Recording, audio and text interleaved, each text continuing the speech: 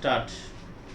Mr. Speaker, sir, this kind of resolution is coming for the second time in this House. In the year 1977, a similar resolution was brought before this very House, and the Minister for Law then argued against the resolution, saying that it was not practicable and that it could not be implemented because of the size of this country.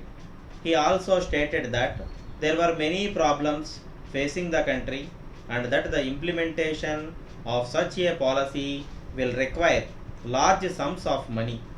He estimated the expenditure at 800 crores for the provision of unemployment allowance.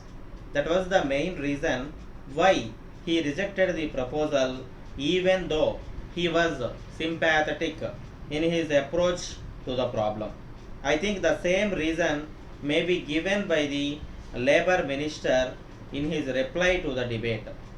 I support this resolution because everyone knows that the problem of unemployment is very great in this country. It is the duty of the government to solve the problem. The government will always say that there are not sufficient resources, and if this responsibility is placed on the government by a suitable amendment to the constitution, the government will have to accept it. In my opinion, if there is a will, there is a way. If the government wants to take this up seriously, I have no doubt it can get the resources necessary for this purpose. In this country, after 35 years of independence, we are not able to solve many of the problems facing the country, and there is great unemployment not only among the educated but also among the uneducated people. The reason is that the education that we are providing in this country is not serving the real purpose. During the British period, this system was introduced and we have not yet changed it to the extent we want.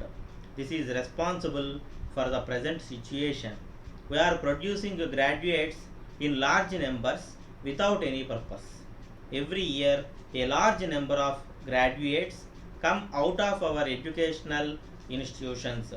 If we go to the villages, we will certainly find that about 20 people out of every 100 are educated. I am sorry to say that they seek employment only as clerks. They also expect the government to provide them such jobs. No government will be in a position to provide jobs in the government departments for all the educated people in the country. Any political party may say that it will provide employment to all, but after coming to power, it will find that it is not possible. In my opinion, it will be very difficult for any party to provide employment to all the people unless there is a great change in the educational system which was introduced a long time back. In this connection, my request to the government is this. Of course, it is not in the hands of the Labour Minister, but I request him to impress on the Education Minister about the necessity to make a change in the scheme of education provided to the people. One of the reasons for the fall in the standard of education is that our young men do not benefit at all from the education which is now provided in our educational institutions. The education that we provide at present to students should be job oriented because we need technical men in various branches in our villages.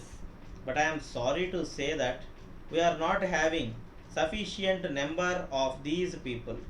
If this is done, we would be able to provide them with employment.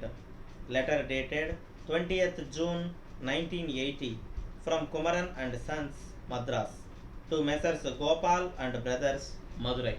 Dear Sirs, kindly refer to your enquiry of the 10th instant regarding our new product advertised last week. As you are aware, we are specializing in the manufacture and sale of the said product. We can guarantee that our product is of the finest quality. It will be introduced in the market within a few weeks, and we are now ready to receive wholesale orders. The exact date for the opening of the retail trade will be announced next week. We have decided to give this commodity considerable publicity, and we have already launched our publicity campaign in all the leading newspapers in the country. At the same time, we are also planning a vigorous press and poster campaign so that the name of our product becomes well known to the public by the time the retail trade is started. We propose to publish our advertisement in several English and Tamil papers throughout the country. We enclose herewith details of advertisement materials that will be supplied free to those who stock our product, and also copies of the leaflets that will be distributed to the public. They contain information about the use and advantages of our product. The packages in which our product will be supplied are designed in very bright colors, and they will look beautiful in your showrooms. Yours faithfully,